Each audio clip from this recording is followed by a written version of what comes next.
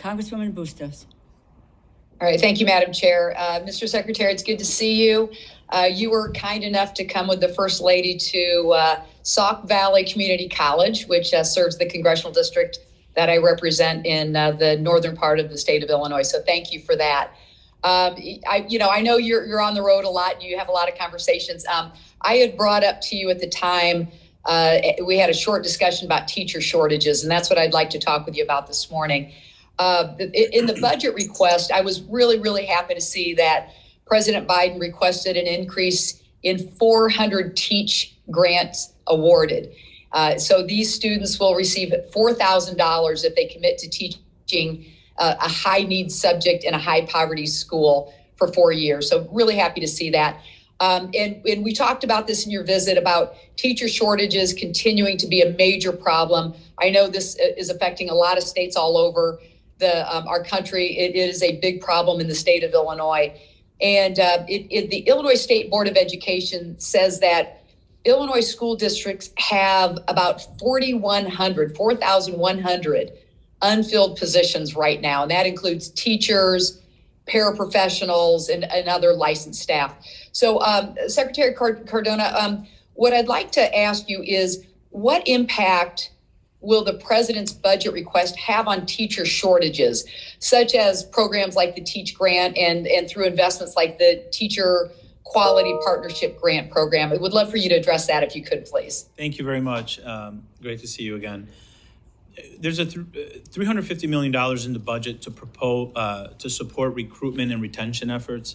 Just yesterday, I was with the 50 State Teachers of the Year and the National Teacher of the Year, Kurt Russell, talking about the importance of the profession. And while it seems that the profession is under attack at times, during the pandemic, there was a great support for teachers. Now it seems like teachers are being asked to do more and sometimes not given the respect that they deserve for what they've done during the pandemic. So it's a difficult time to recruit teachers. But in this budget, there's a clear commitment to making sure that we have enough teachers. And as mentioned with the question from Ms. Lawrence, we have to create grow your own programs in our districts. We have to create programs that get students thinking about becoming a teacher earlier on. I think of Tennessee's program where there's an apprenticeship available for students who want to become teachers. So the funding in the budget would allow us to create systems that help us ensure that we're not going to have teacher shortages.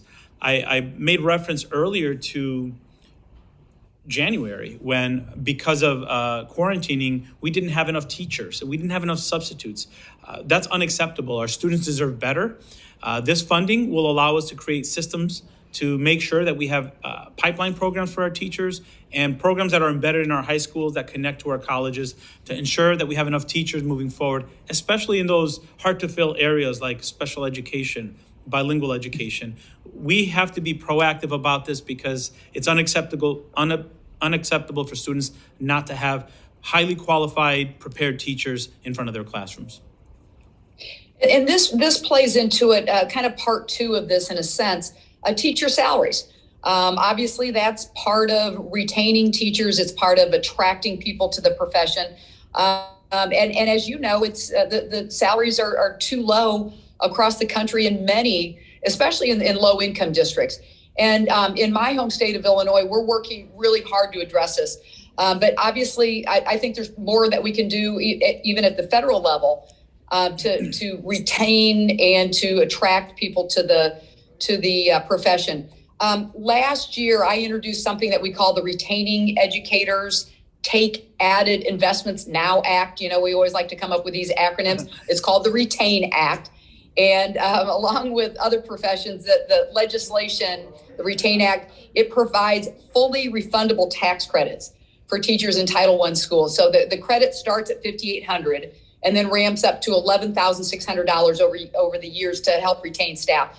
So, Mr. Secretary, how could increased Title I funding help school districts increase teacher pay and promote retention? And then part two of that is, what investments do you think we could put into programs that fight teacher shortages for this fiscal year?